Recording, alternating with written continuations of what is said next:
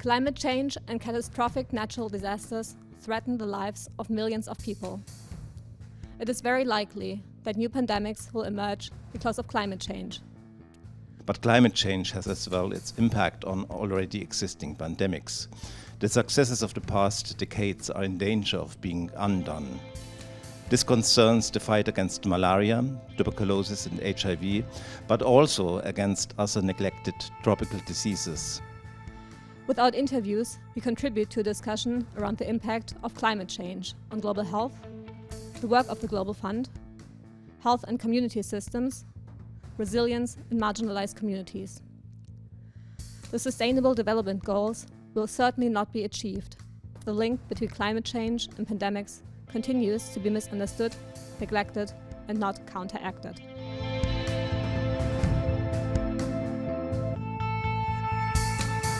My name is Oanh. Khuat Oanh. I am the Executive Director of the Center for Supporting Community Development Initiatives, SCDI, in Vietnam. We work with the most marginalized and vulnerable population in Vietnam. So our mission is to work toward a more inclusive society in a sustainable planet. So we was hoping that people will live in harmony with each other and in harmony with nature. So that's our mission. The next question after that will be, the impact on global health and all of that. So describe now the impact of climate change in Vietnam. So Vietnam is a country of 100 million people. And we are the country that is considered as very vulnerable to climate change. We have a lot of mountain, but we also have more than 2,000 kilometers of coastal line near the sea. So the threats of climate change to Vietnam are many. The first one, as anyone, is the increase in temperature. The second one is the extreme weather event. So like a typhoon, like a flood, like a hot day, extreme hot day. We also experience the increase of rainfall. So there are more rain. And in particularly, because we are so close to the sea and have such a long coastal line, we are suffering from the rise of the sea level. I can give you some number based on our government report. For example, in terms of the increase of temperature, our government estimate that by the middle of the century, around 2050, the temperature will increase between 1.3 to 1.7 degrees Celsius in the whole country. In terms of the rainfall, we have more rain. The total rainfall is higher, between 5% to 15%, depending on where you are in the country. So the rainfall will go together with this flash floods, landslide. So in some part of the country, and in particularly because you have a lot of mountain and highland, so when you have a rain in the highland, there's a landslide that destroy houses and crop and everything. Can you imagine that by the mid of the century, by 2050, our country will be 50 centimeters lower compared to the sea level as it at the beginning of the century. So some part of the country will be under the salt water. So we have already seen that phenomenon of the we call salination of the river and of the soil.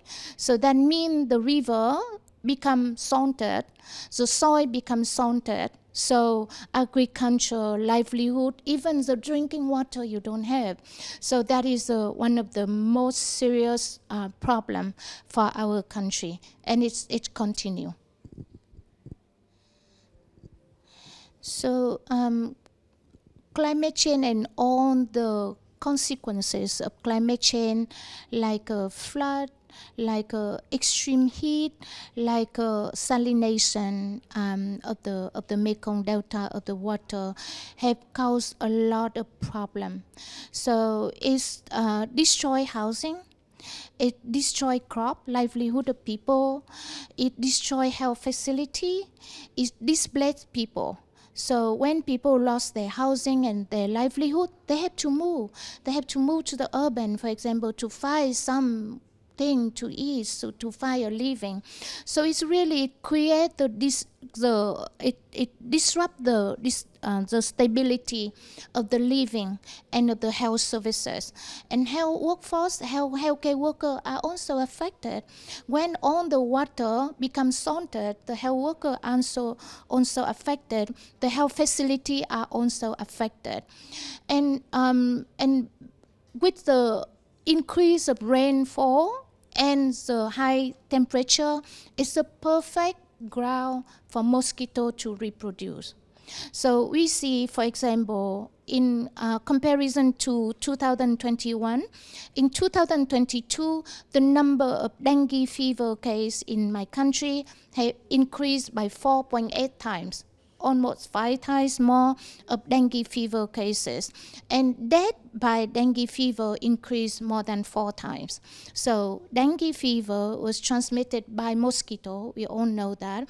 So we can anticipate that there'll be more consequences going with the climate change in terms of pathogen and these kind of condition. The displacement of people, the damage of the health facility, also leading to many consequences relating to HIV, TB, malaria, and health condition.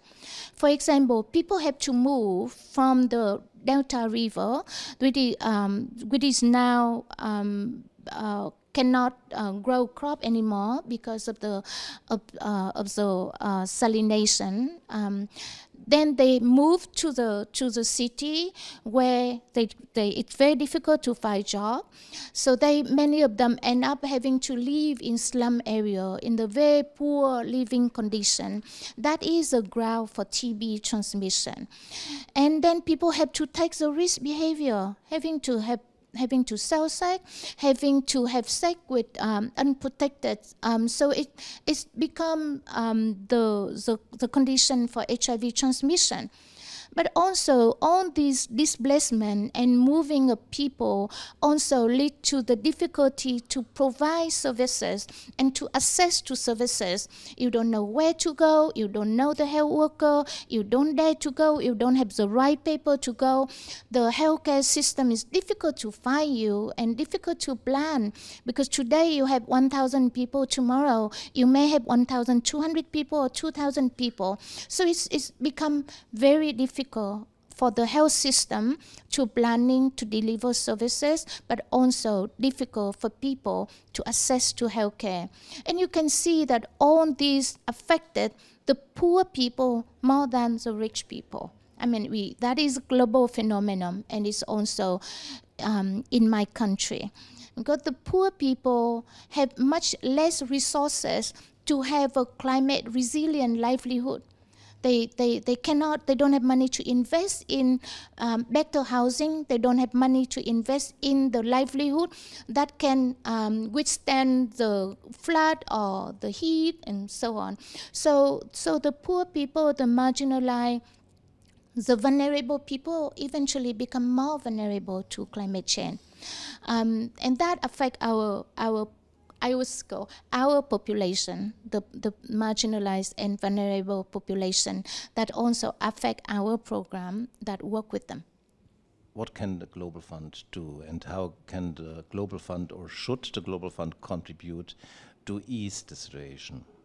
The Global Fund work directly with the community, with the health system, and I think that the Global Fund, this is the advantage of the Global Fund, and this is where the Global Fund can be very impactful. It is to support the health system and the community to understand about climate change, to train people, to educate people about climate change, but also to support the health system and the community to work on the action plans to address climate change, to mitigate the impact of the climate change, but also to reduce the human impact. Only talking about climate change will not reverse the change in the climate. We need to take action, and we need to take action now. Climate change is real, and it destroys health and life of the most vulnerable people, and we need to take action. I think we have talked enough. It's the time to do something real for people.